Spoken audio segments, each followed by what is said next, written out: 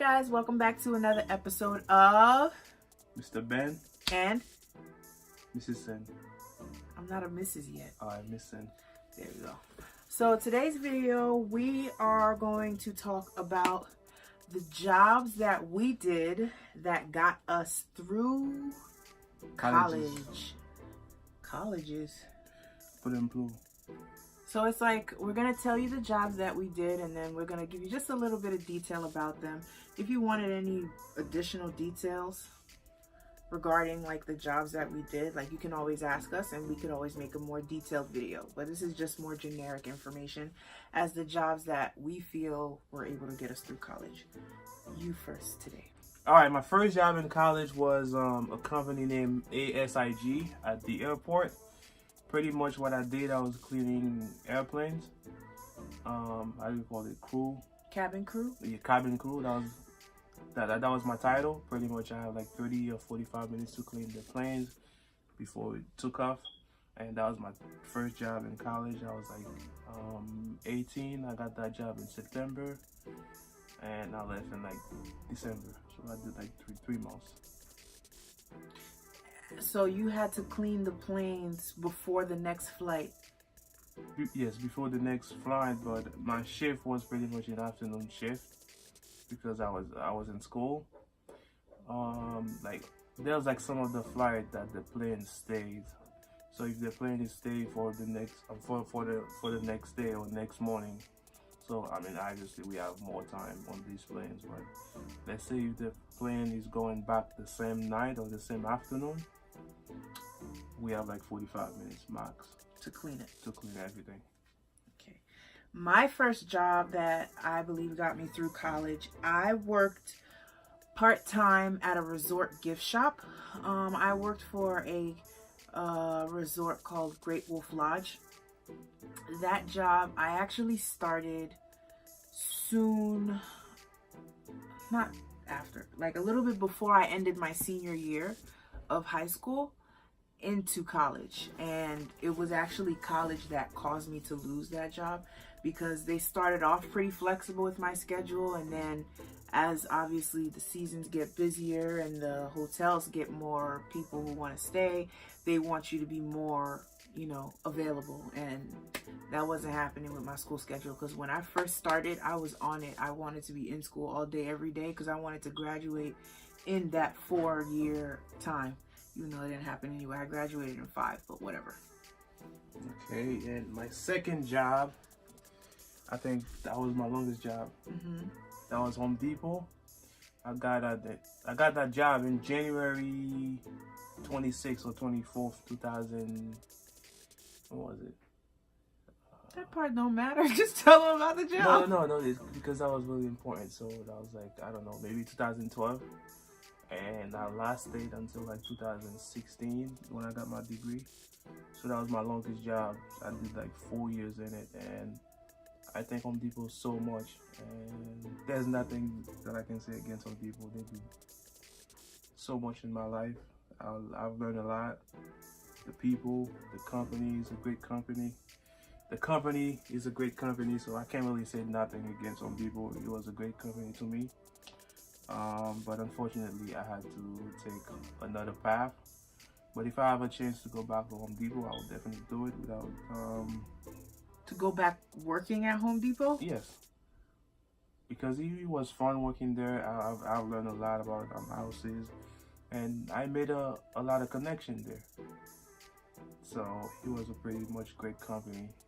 Home Depot did all they can for me. And I stayed there for like 4 or 5 years until I graduated college in 2016. Okay. My second... Oh, actually, my title was a cashier. My second job, I worked in a call center at a different resort. This resort was Camelback. They have the water park, the ski lodge, the CBKMA was like the mountain lodge, so if you wanted to do like hiking and all that stuff. And now they actually have the hotel with the indoor water park, but when I was there they didn't have that yet. They were actually in the process of creating blueprints for all that stuff. But I did like call center work. It was a pretty easy job, unless you were dealing with people that, you know, either wanted a refund or they spent so much money on a hotel and they wanted additional amenities and things like that. So from time to time I would have like people who were just a-holes on the phone. But other than that, actually the reason I lost that job was because it became an issue, like with me getting transportation to work, because I didn't get my license until I was like 20. So I had to rely on my mom to get to and from work. She had her own schedule and she had to try and match with mine. And eventually it just didn't work in my favor and I didn't stay there. By the way, before college, I think there was only one job where I lasted a year. Like every single one of them was like probably 6-7 months and so on and so forth. Okay, my third one was a security job. I don't even know the name of it. I know the place. I did security for like a month and I didn't really like it. What do you mean you know the name of the place? The place where you did the security or the company you did security for? I know the address, so I don't really know the name of it. It's in Morris Avenue in Union. No. I'm saying, you referring to the company you did security for or the place the site that they put you at? Both. I remember both because he was right there in Elizabeth. You don't remember the name of the security company you did security for? Oh, that was for ShopRite.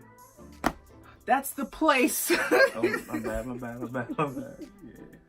People like me, you can't really talk to. Obviously. Yeah, so I did it for ShopRite, so I did like a month and I didn't really like it. So I just stayed. And since then, I never renewed my security license.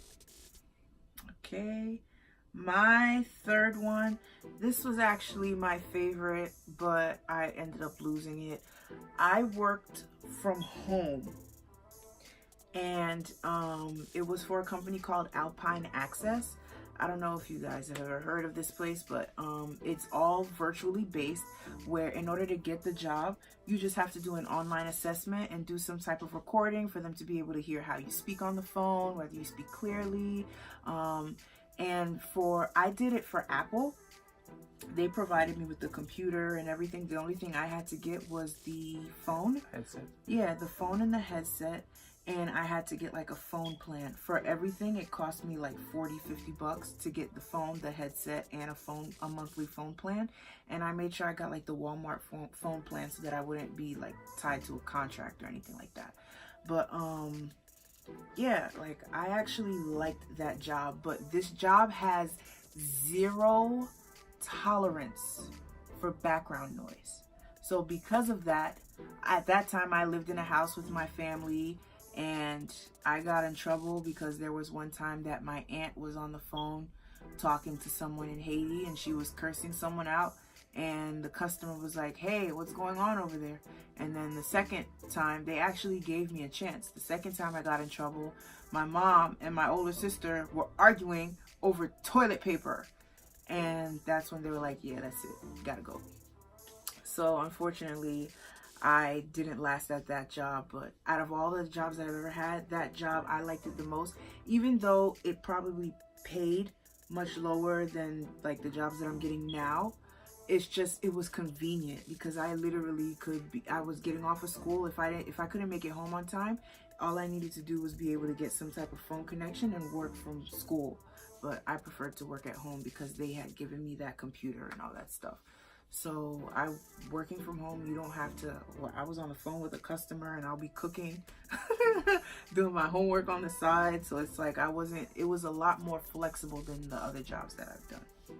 Sure. My fourth one, I was working in my school. I was processing the undergraduate paperwork.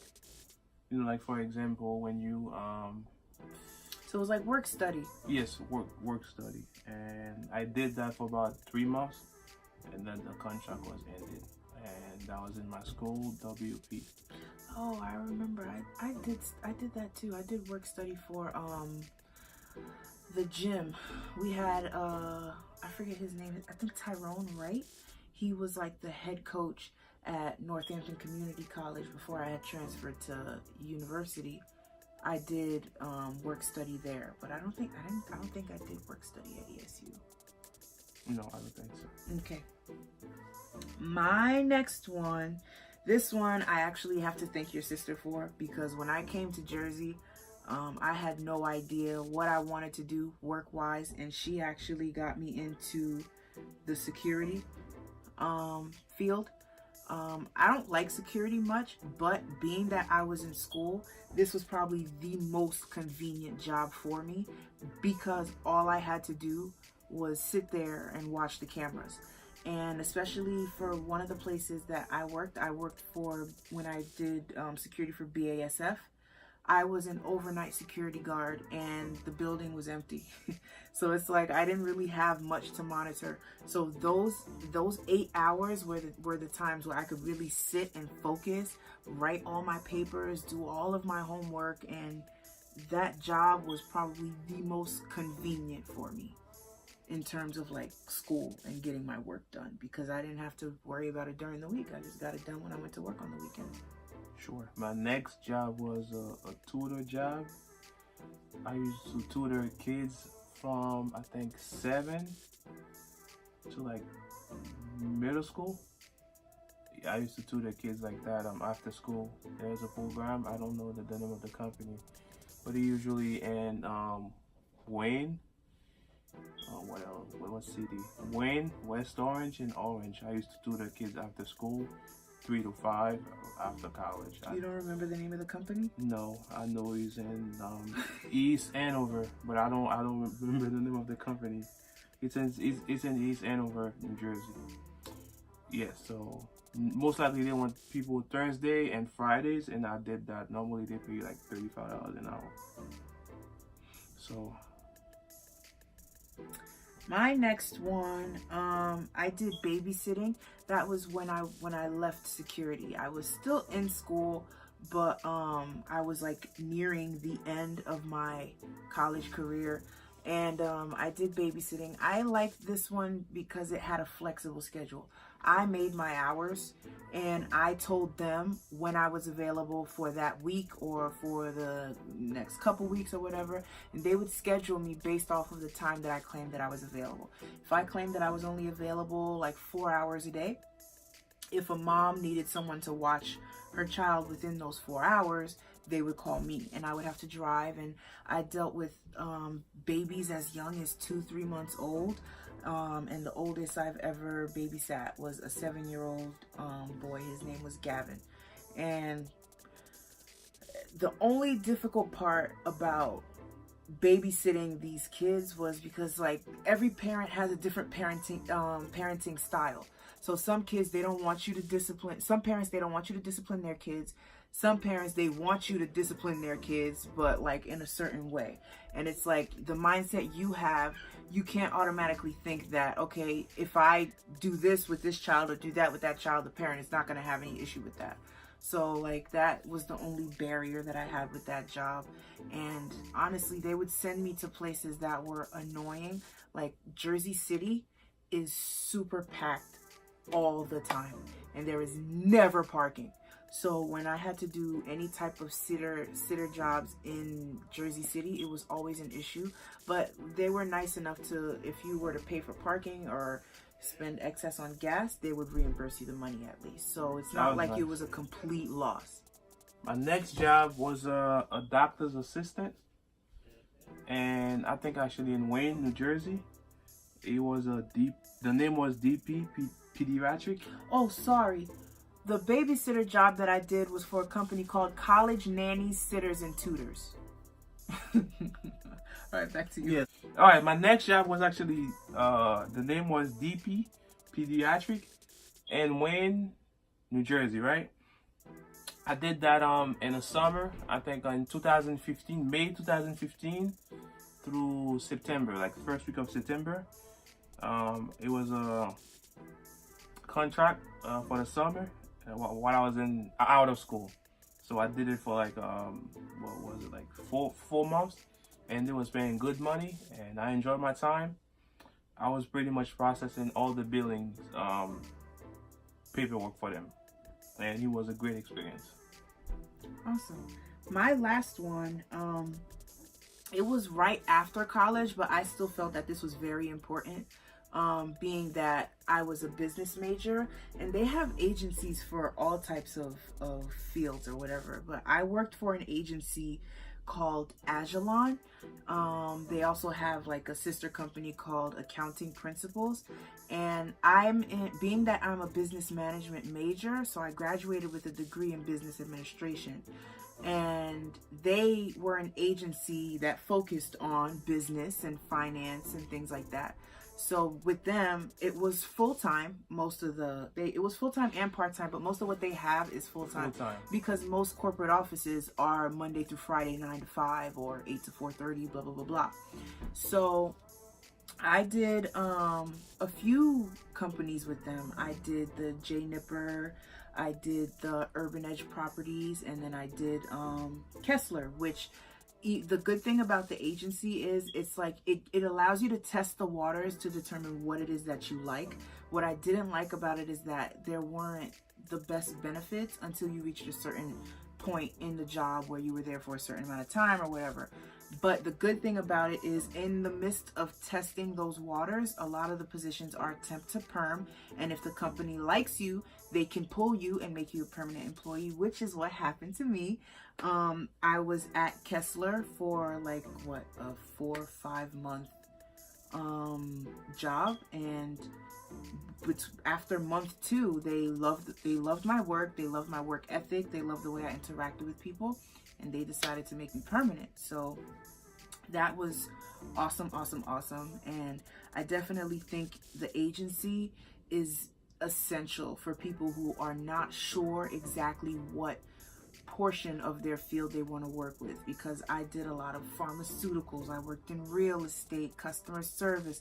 So it's like it gives you that opportunity to determine what it is that you want in a career, basically. So that, even though it wasn't through college, it was right after college, and it gave me that opportunity to discover who Christina is.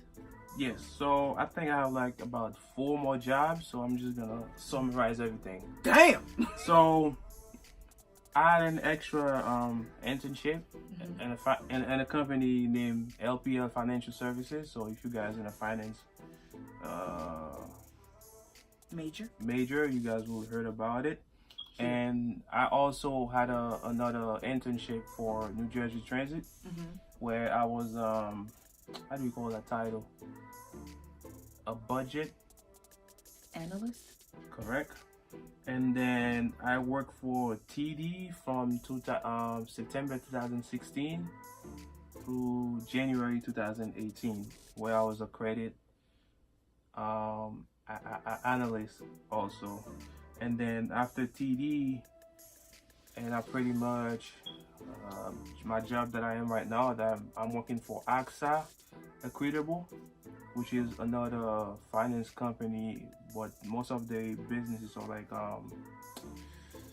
insurances, annuities, and stuff like that. So if you guys want any ideas about annuities or how to invest money, I'm not saying I'm the best guy, but I can lead you. I don't know, you're pretty good.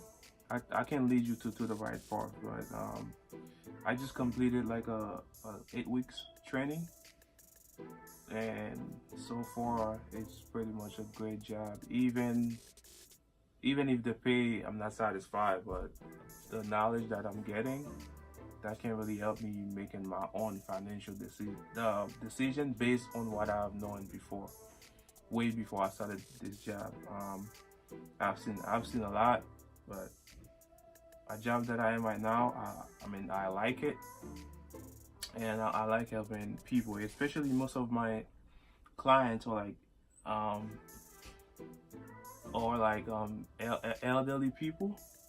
So even some of the stuff I'm explaining to them, like basic math, even though it takes 30 minutes for them to get it, but I feel proud, because after a while they'll be like, I'm so glad you make me understand this, and I've been trying to figure out this stuff you explained to me in 30 minutes for the past 30 years, and you just made it easily.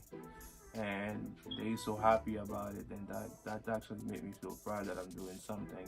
So if you guys have any questions about annuities, stocks, investment, I pretty much have a strong background in finance, and you guys can let me know.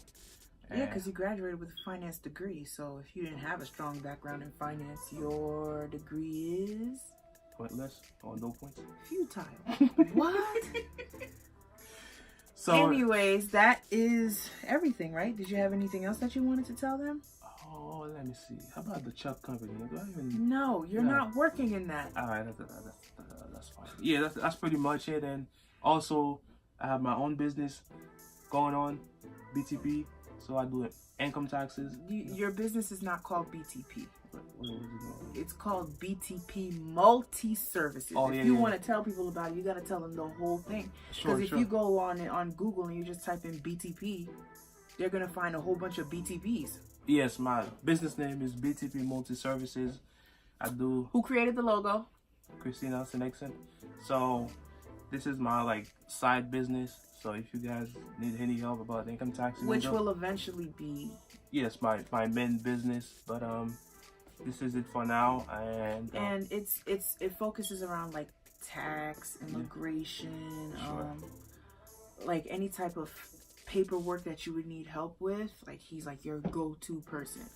But mainly what you've been working with is tax preparation. Taxes, especially for this season. And I would say I don't like to boast, but I would say the price bracket in which you charge for filing taxes is essentially the best option for college students, honestly. Yes. Because I feel like your pricing, even when you even now that you've been in the business for how many years? 3 years. It's my 3rd year, man. It's crazy. Yeah, you've been with BTP Multi Services for 3 years, and you've had people that have continued to come to you because of the fact that you have great pricing and you're honest. You know how some tax preparers, their main focus is to just get that money from you. Once they file your taxes and they make their money, they don't care.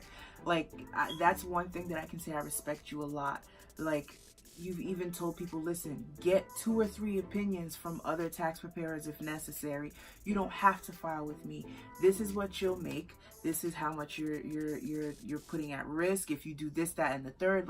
He lays it all out, and he doesn't make you feel like you're obligated to file with him, which I feel causes people to trust you more. So that, I can definitely say, yes, respect. I really don't care. I'd rather file 2 taxes correct than versus filing 200 and 198. People are getting screwed. I was getting screwed up. So, and if it's for money, doing bad stuff for money, I mean, in the long run, you're gonna pay the consequences. So, I'd rather be honest to you versus and once you get because you said it before. The moment that your taxes are submitted, anything that happens after that is not the tax preparer's responsibility. I'm not responsible for It's the person who just got their taxes filed. So if you were to be audited, if they were to come after you for anything, it's not him that gets in trouble. It's you. So, it's best to go to someone that you can trust. And, that's that. Yes, this is my sideways business, but I have a lot going on. Your side business, sideways? What does that mean? Nah, this is my side business going on. I have a lot going on in my life, so I thank you guys so much. Like, comment, subscribe, smash that notification bell so that you guys are notified when we post again. If you have any questions or concerns about any of the companies that we talked about, want any more information, we'll be more than happy to provide that to you. We can definitely go into more detail about the pros and cons, personally, because this video is already longer than it needs to be if we're just talking about work. Doesn't nobody want to talk about work all day, every day. So without further ado,